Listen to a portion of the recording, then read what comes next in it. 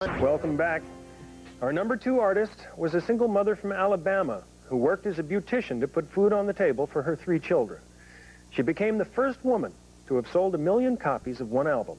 And through the 1960s and 70s, she sang for more people and sold more records than any other female country artist in the business.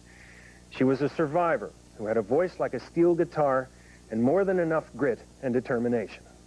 Tammy Wynette.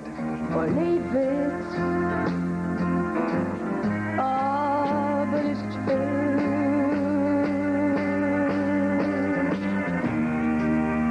Woman to woman, me to you. There wasn't a lot of role models when I started. There was maybe 6 or 8 women singing when I came to Nashville. But it was something I'd always dreamed of doing, something I had always wanted to do so bad.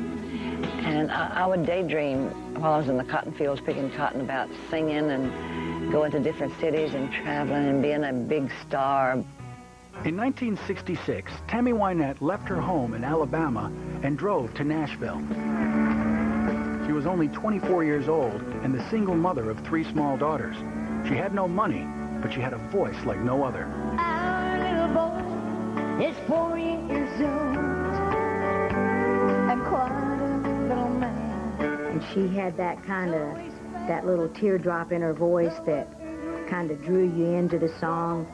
She had this piercing vulnerability. It was so sad and it was so sharp at the same time. It just kind of went through you. Tammy Wynette made me cry when she sang.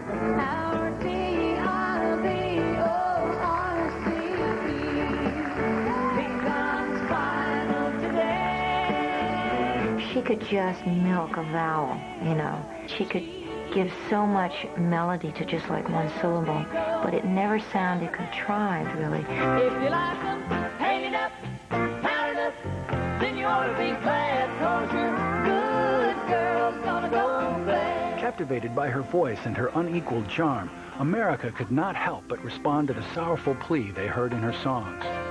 And if you think he holds you, man, for the gold wedding band, you better listen. Tammy seemed to have a quality that made everybody want to reach out and give her a hug.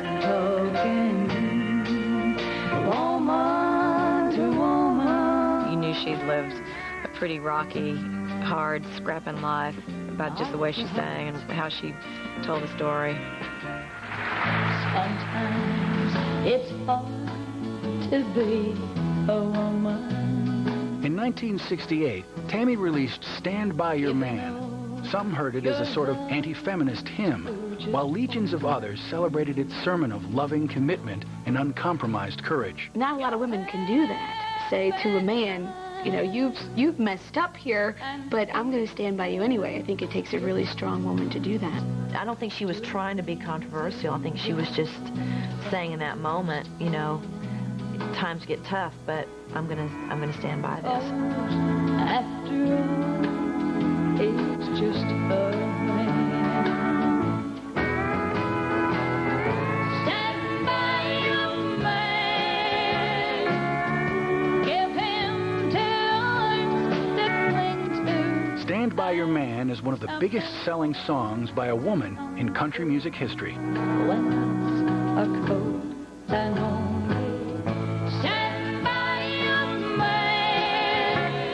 It cemented Tammy Wynette's status in country music as the heroine of heartbreak.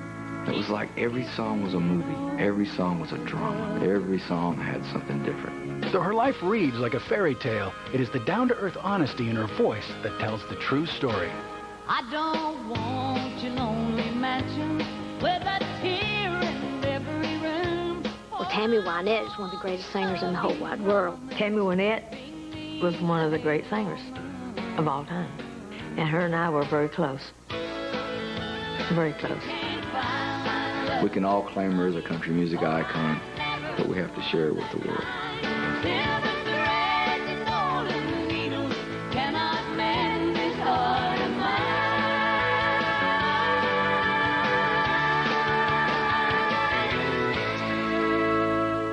At number 1 on our list of the 40 greatest women of country is the vocalist against whom all subsequent female singers have measured themselves.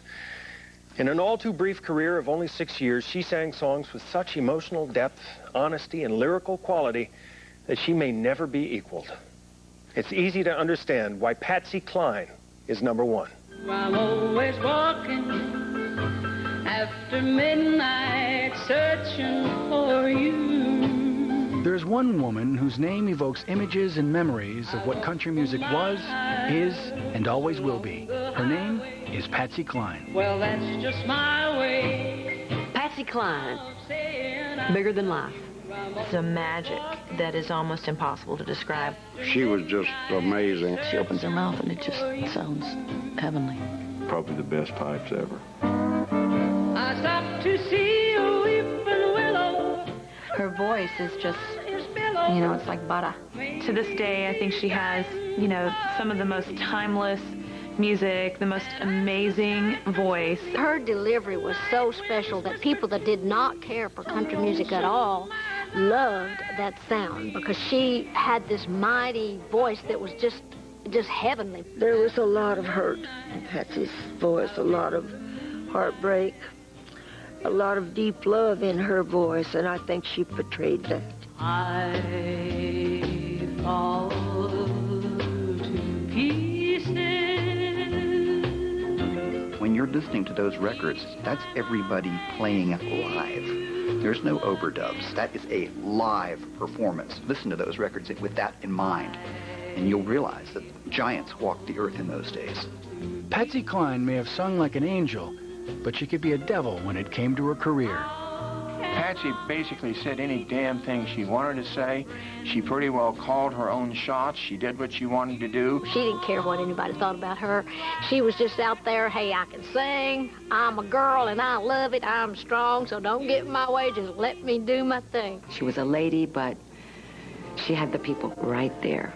Crazy. Patsy Cline's recordings changed the face of country music forever. But they were just a taste of the kind of power and delivery Patsy could bring to a live performance. I am crazy, crazy for feeling so. She was an early diva, and when she got out there and really cut loose, she could shake the rafters. Well, I'm getting dizzy, but I can't stop. I'm on a honky-tonk merry-go-round. Because she was the first woman that really put her sexuality out there in a kind of raw, accessible way. There's nothing timid about the way she sang. She just laid it all on the line and let you know she was in the room. You knew how to sing a song, just made you believe every word. I've got your picture.